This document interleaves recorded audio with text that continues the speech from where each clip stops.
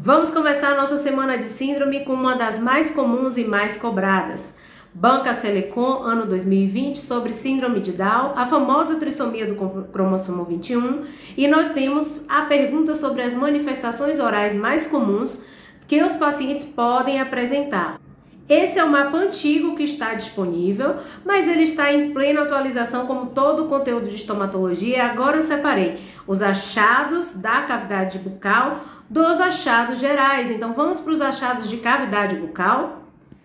Lábios fissurados, fendas labiais e úvula bífidas podem ocorrer, tamanho reduzido da mandíbula, cavidade oral e palato duro, além de um palato em formato de ogiva, retardo na erupção dos tecidos, fim da erupção lá por volta dos 4 ou 5 anos de idade, ou seja, bem atrasada.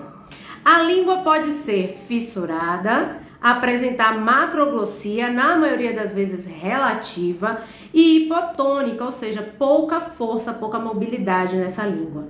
A cialorreia, periodontite e a maloclusão estão presentes, além dos achados dentários, taurodontia, agenesia, microdentes, dentes conoides, hipodontia e geminação. Retornando para as alternativas, nós conseguimos identificar que a língua fissurada, a anodontia, a doença periodontal e os dentes conoides estão presentes e sim, esses são os mais frequentes. Questão de síndrome é montar quebra-cabeça, vamos montar esse comigo, tocando nos pontos mais importantes. Ano de 2024, MS concurso, a condição é genética e recessiva. Nós temos lesões hiperceratóticas nas mãos e nos pés, perda pronunciada de aderência periodontal, perda óssea ao redor do dente, tanto de tecidos quanto de permanentes. Os dentes são perdidos de 2 a 3 anos após a erupção. O tratamento tem prognóstico desfavorável, por muitas vezes o paciente precisa recorrer à prótese e se trata da síndrome de Papillon-Lefevre. Nos mapas de achados sistêmicos ou de visual do paciente, nós já temos bem destacado a ceratose da palma das mãos e dos pés, e as imagens te ajudam a se lembrar. Às vezes a gente fecha o olho e lembra da imagem lá e relaciona com a lesão. Então, os achados orais são principalmente periodontais.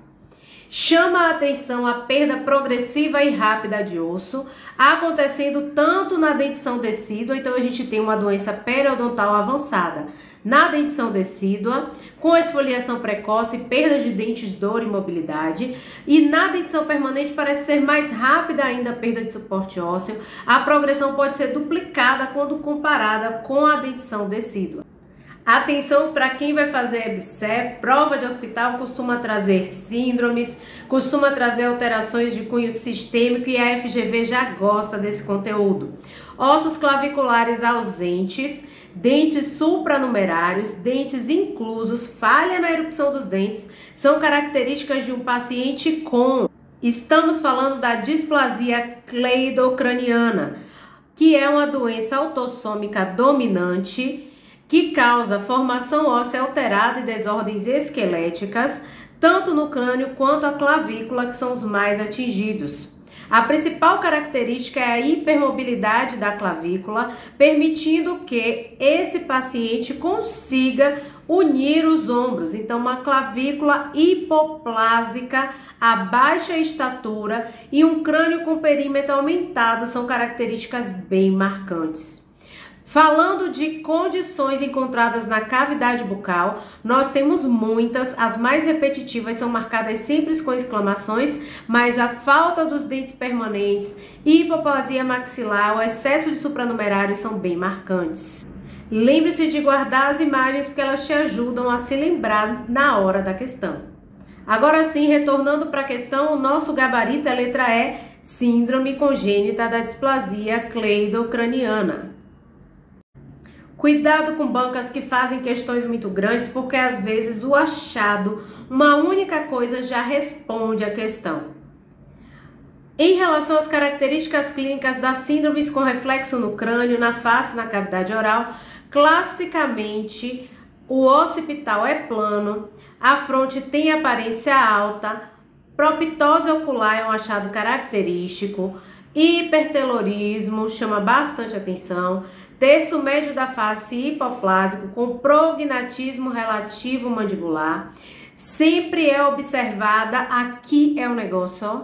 Aqui eu fechei a questão quando eu li isso. Sempre observada a união segundo, terceiro e quartos dedos das mãos e dos pés. Eu já vou até parar por aqui. A síndrome de Apert tem muitas características, mas ela tem uma segunda nomenclatura, que é a acrocefalosindactilia, que é o que? Alterações de crânio, e uma coisa que chama bastante atenção é os dedos unidos. Então, a união entre os dedos do terceiro ao quinto dedo das mãos e dos pés, primeiro e segundo dedos separados, unidos no terço médio, sinostomose das falanges, as falanges são coladinhas. Ela era a única entre as opções que poderia ter essa característica e rapidamente você segue para a próxima questão. Última questão da semana de síndrome, eu quero te dizer que todas as outras síndromes que apareceram, inclusive nas alternativas, possuem mapas próprios e individuais, mas o nosso tempo é muito curtinho, eu não consigo falar de uma por uma, então volta lá nos mapas e faz a revisão. Mas a VUNESP, sendo VUNESP, ela age de uma maneira diferente, ela começa dizendo qual é a síndrome e ela quer o achado na cavidade bucal, o achado intraoral.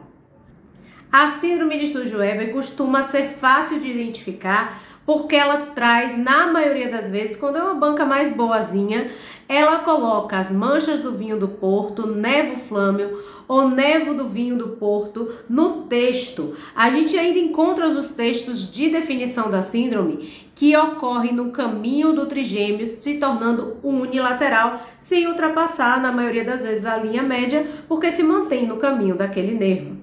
O principal envolvimento intraoral é a gengivite. Nós temos uma hiperplasia gengival com proliferação hemangiomatosa, que lembra um granuloma piogênio, com um aumento vascular muito grande, então é uma gengiva com característica inflamada, sangrante e que chama bastante atenção porque mantém a linha média a essa alteração. Retornando para a questão, a única alternativa que contemplava era a letra A.